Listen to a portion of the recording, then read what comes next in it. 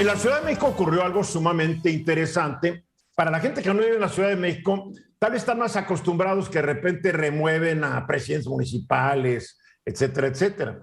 Pero en la Ciudad de México no estamos muy acostumbrados a que remuevan a lo que antes llamábamos delegados, ahora son los alcaldes. Y la semana pasada, pues a la alcaldesa en Cuauhtémoc, Sandra Cuevas, pues la suspendieron en su cargo un juez porque fue acusada de abuso de autoridad, robo y discriminación por algunos hechos que ocurrieron el 11 de febrero pasado. Y hoy dio un giro muy interesante este caso. Platícanoslo, Eduardo. Sí, Eduardo, a ver, es muy interesante este punto, sobre todo en la parte en que una juez penal, al momento de vincularla a proceso, la suspende de su cargo público.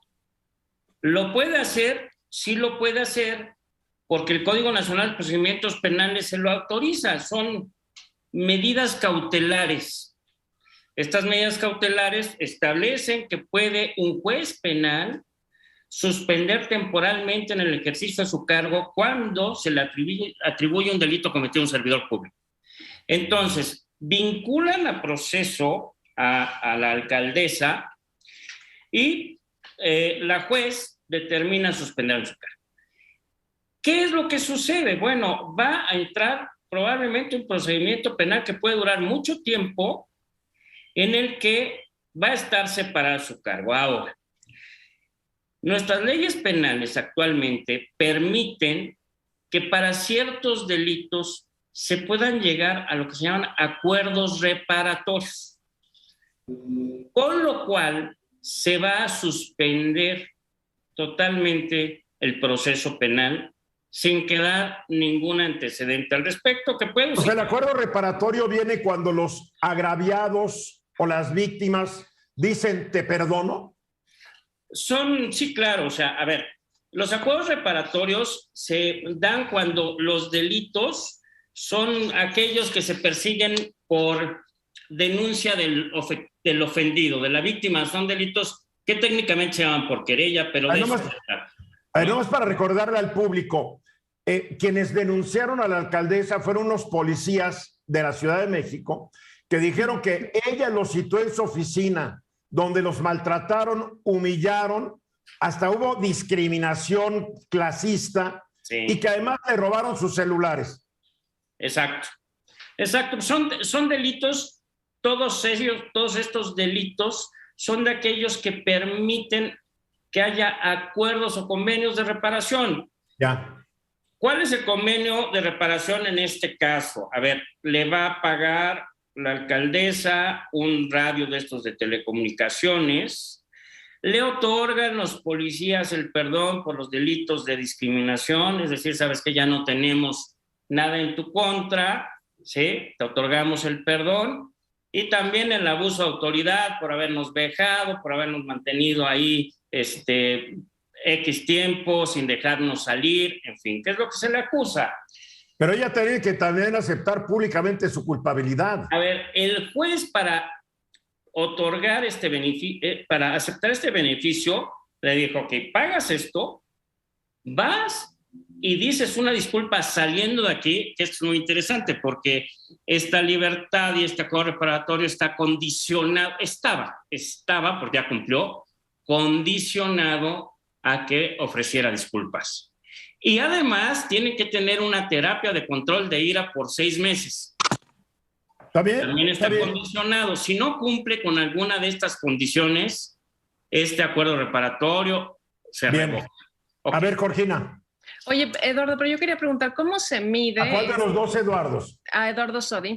Quería preguntar, ¿cómo se mide humillación o malos tratos, etcétera? Y otra cosa también, esos radios que les robaron, ¿son radios, eran de los policías o los utilizaban para realizar su trabajo? Es decir, si eran del trabajo, ¿por qué no la alcaldía los debe proveer, o es como otras cosas que a veces los policías tienen que pagar para hacer su propio trabajo. Porque ellos son responsables de su equipo y si se lo robó a alguien, se los tiene que resarcir. No, pero dices bien, obviamente, si el dispositivo es de la Ciudad de México, que se los haya otorgado la Ciudad de México, el robo se lo cometían a la Ciudad de México. Pero en este caso, al parecer, era un aparato propiedad de uno de ellos, ¿no? Por eso. A mí esto se me hace interesante porque no nos hagamos tontos. En la historia de México, tanto en las Fuerzas Armadas como las policíacas, los jefes desde siempre han abusado de la tropa. Los policías han sido sujetos a abusos de sus jefes, les piden que vayan a extorsionar para que les pasen la lana, les cobran la gasolina de la patrulla, les cobran el uniforme, les cobra todo. Los han tratado siempre como basura. Y también en las Fuerzas Armadas a cierta tropa la han manejado y la han humillado siempre. No estoy diciendo algo nuevo. Yo creo que por eso es importante este caso, porque ya basta. Estos abusos de autoridad por los jefes de policías o de soldados deben parar, ¿no? Mira, aquí hay un caso, qué bueno que lo dices. No hay una subordinación por parte de los policías a la alcaldesa. Para empezar, no son sus empleados. No son sus empleados. Mira, la Secretaría de Seguridad Ciudadana tiene una jerarquía que te puedo decir que es jefe, comisario, inspector general, inspector, superinspector, suboficial, primero, segundo, tercer policía y luego policía. Así viene el escalafón de mandos. Por eso no funciona, porque es demasiado piramidal. Entonces, la alcaldesa puede disponer de las fuerzas públicas precisamente para efectos de seguridad. Eso está establecido en la ley orgánica de las alcaldías de la Ciudad de México. Hay una ley orgánica específica que determina que son funciones y facultades subordinadas al gobierno de la Ciudad de México. Es decir, el gobierno de la Ciudad de México es el superior con base a la Secretaría de Seguridad Ciudadana y con el escalafón que te acabo de señalar sobre los policías.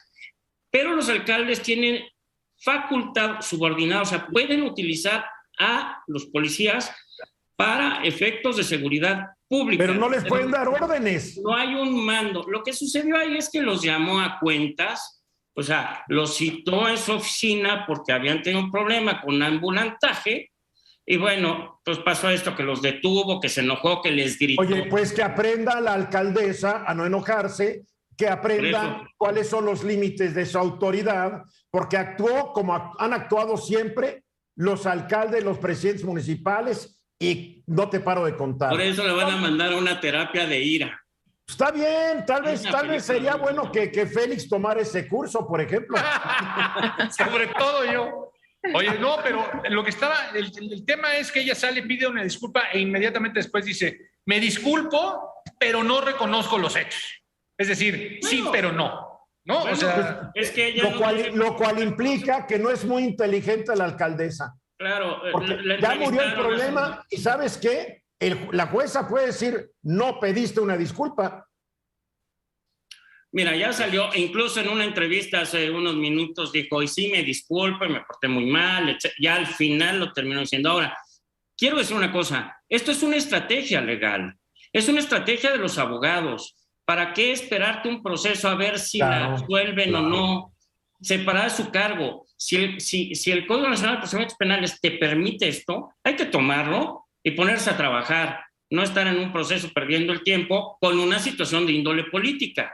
Ahora, pero yo creo que es muy importante para que todos los demás alcaldes de la Ciudad de México tomen nota. Sobre todo los de oposición. Exacto. No, los de oposición y los de Morena, todos no pueden estar abusando de su cargo y apachurrando a los subordinados. ¿Acuerdas como un delegado que hasta en video lo agarraron abusando sexualmente de una chica cuando era perredista, hoy es morenista, y todavía el PRD, de los que son de Morena hoy, lo lanzaron de diputado? No puede ser.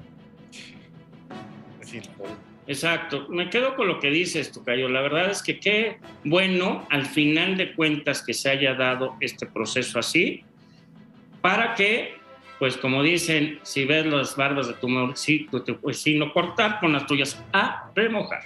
Muy bien, y vamos.